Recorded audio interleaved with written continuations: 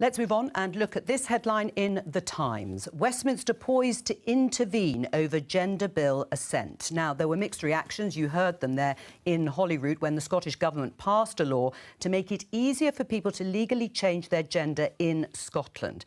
The UK Government has said it opposes the changes and may move to block it. Let's talk to our LGBT and identity correspondent, Lauren Moss. Hello to you, Lauren. Tell us, what is the Scottish Government's plan? Hi, well, this is essentially a bill that will make it quicker and easier for somebody to change their legal sex. That's the sex on their birth certificate. Without changing legal sex, people can already change their passport with certain documents. They can change their driver's licence, the way they identify socially, the certain services that they access or facilities like toilets, for example. This doesn't intersect with that. But what it does do, it will essentially allow somebody to get married or have a civil partnership in the gender that they identify as. It will change their sex for tax purposes and on their birth certificate as well. So what the bill in Scotland will do is change the law as it stands at the minute of the application of this. It will lower the age from 18 to 16.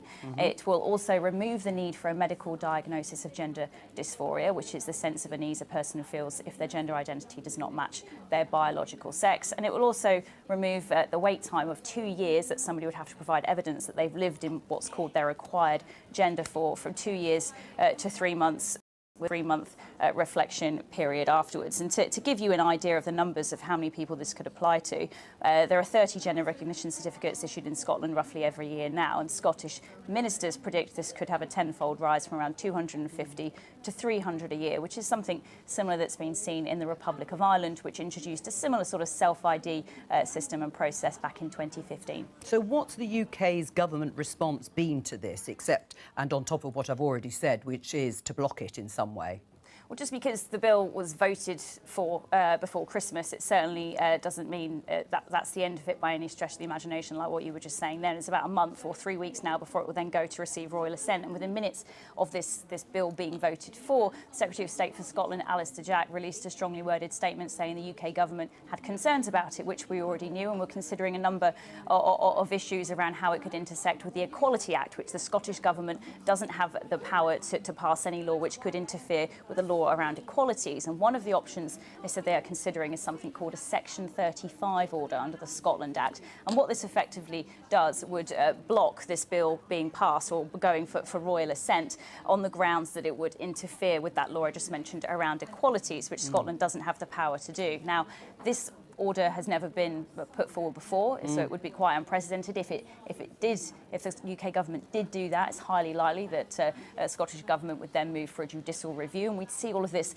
playing out in the courts. And in the background of ongoing discussions around independence, you might imagine that might be something that Westminster would want to avoid. There is another route as well, though, which could be to amend or sort of update the Gender Recognition Act for the rest of the UK, which would see the certificates issued in Scotland not being accepted or recognised in the rest of the UK. And it's that the Minister for Women and Equalities, Kellie-Jay, seemed to sort of indicate as something that's being considered yesterday.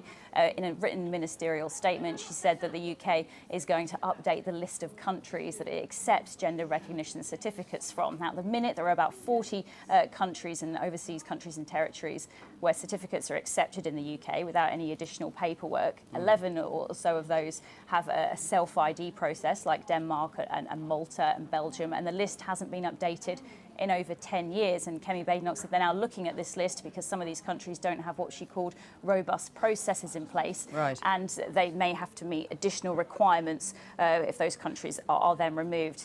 Scotland obviously isn't an overseas country, so we don't know how that will affect Scotland, but it's certainly laying the groundwork, I think, for continued opposition, and we'll find out more about this in the coming weeks, I'm sure. Lauren Moss, thank you very much. We're joined now by Robin White, a barrister and author who has written a book about transgender law. Robin, welcome to the programme. Why do you support these changes in Scotland? Good afternoon. Well, I'm trans myself, and I were I gay, I don't have to put myself in front of a panel to decide who's gay enough to achieve the legal protections that those of different sexual orientation achieve. And why should I and other trans people not be believed in who we say we are? Why is that not good enough? I mean, you changed your gender a long time ago, I understand, but you didn't go through a gender recognition certification process. So what was your personal experience of being recognised in your current gender? Very easy. As your correspondent has said, I can get a changed passport, I can have a changed driving licence. Yes. I practice professionally under a changed name and set of pronouns. But, and she mentioned a number of matters where that change doesn't occur unless one has a GRC. Were I to die, for example, then I'm recorded as male on my death certificate. And that's a horrendous circumstance for someone, perhaps the partner of a trans person who has to deal with that. So there are a number of areas in which having a changed birth certificate is very important to trans people. I mean, what's the sort of basis, if you like? People might say, why reduce the time of living in your acquired gender from 2 years to 3 months? I mean, it sounds quite arbitrary. I mean, why not scrap it altogether? Why not propose not having it at all? Well, and indeed, that was part of the discussion in Scotland. I had, frankly, fought against my trans nature for 30 years until the time when I finally transitioned. So I was in no doubt as to who I was. Right. It was the societal pressures, perhaps, that held me back for those many years. But then do you understand why having a substantial period of time then would be wise? Well, I think the evidence is that trans people know who they are.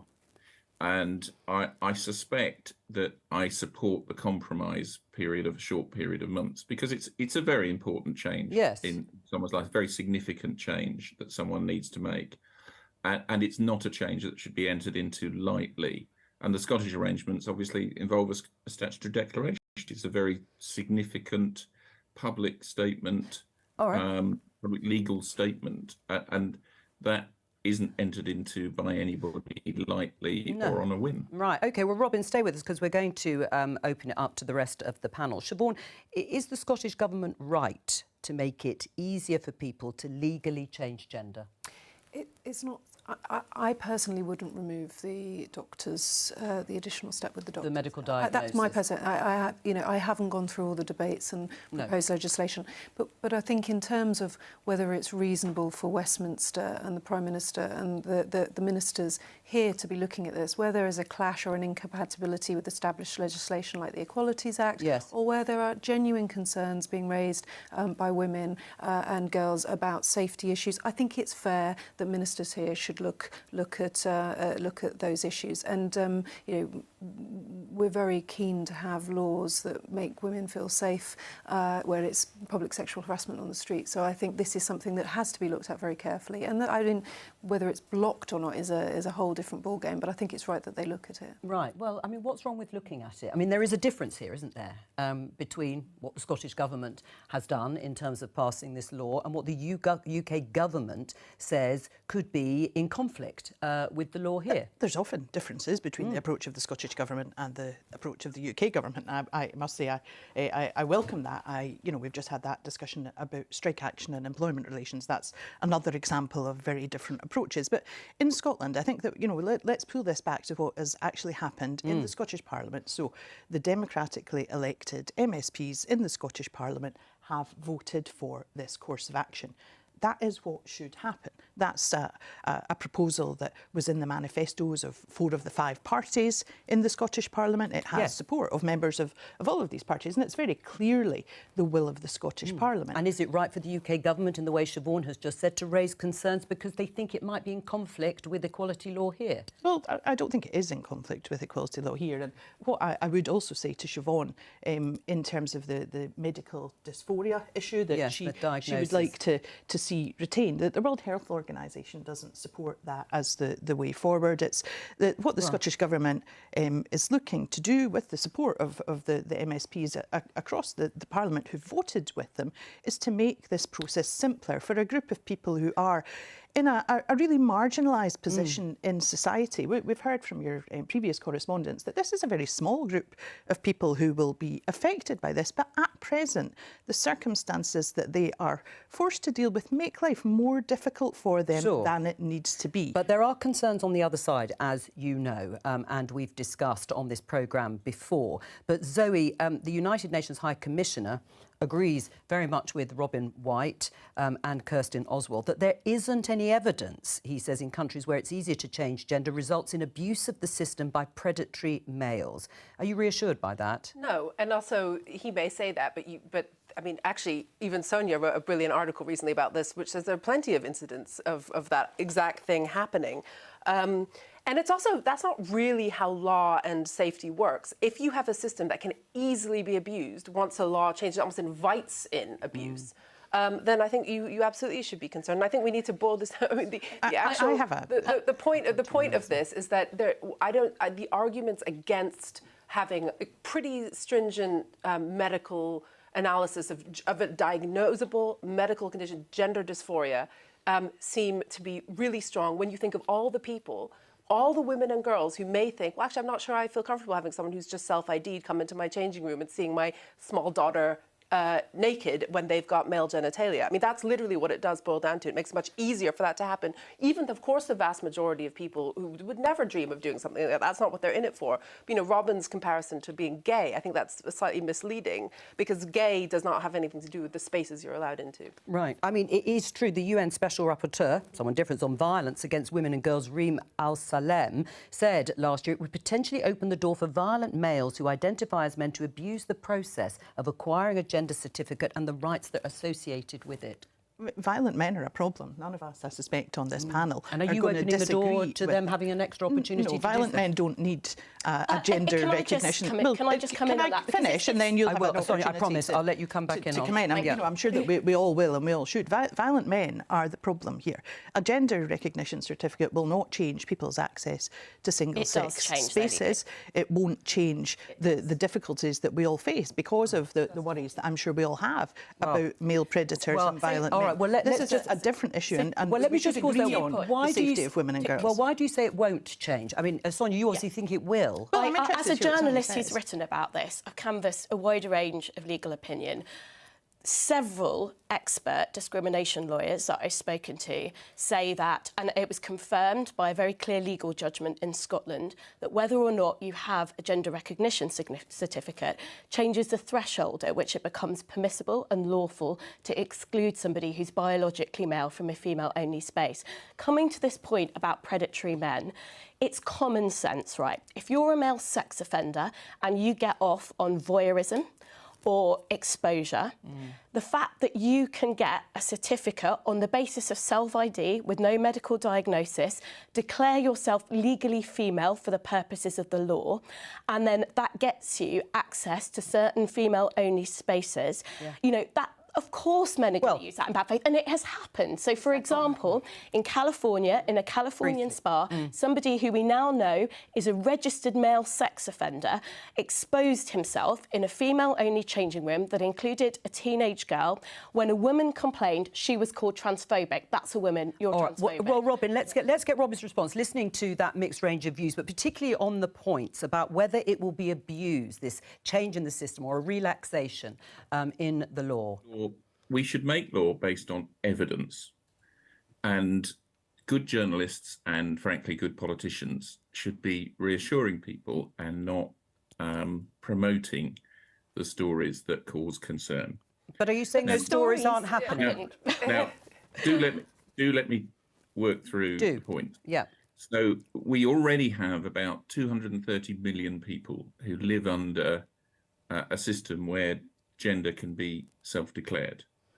And the committee in the Scottish Parliament worked very carefully through a consultation process that examined the evidence, not people's fears, not people's concerns, but the evidence of what actually happens.